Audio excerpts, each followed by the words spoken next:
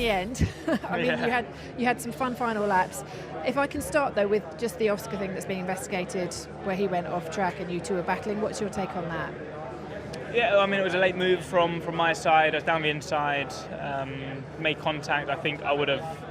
There was enough room for us both to stay on the track, and he obviously continued. So I think I would have been a little bit more upset had I finished the race behind him.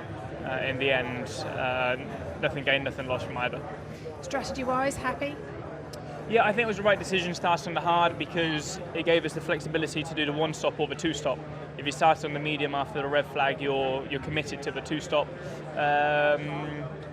It was a bit of a challenging first stint. I was stuck behind Lewis. I think he was struggling a bit with the fronts, and would have been good to be in that fight ahead because after that first pit stop, I think we were line on line with Lando and Charles ahead.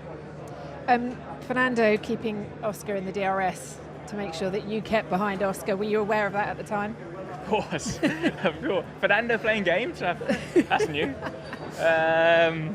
Yeah, I mean, it was smart from Fernando, and I expected nothing less. So yeah, that's part of racing.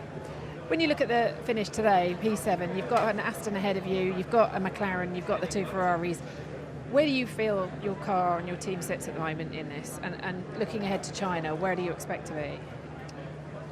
I think when you look how close, there was three different manufacturers with Oscar and Fernando within a couple of seconds.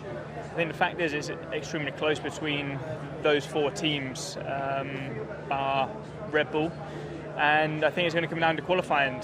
It was, I think, 1 or 2 tenths between P4 to P8 on the grid.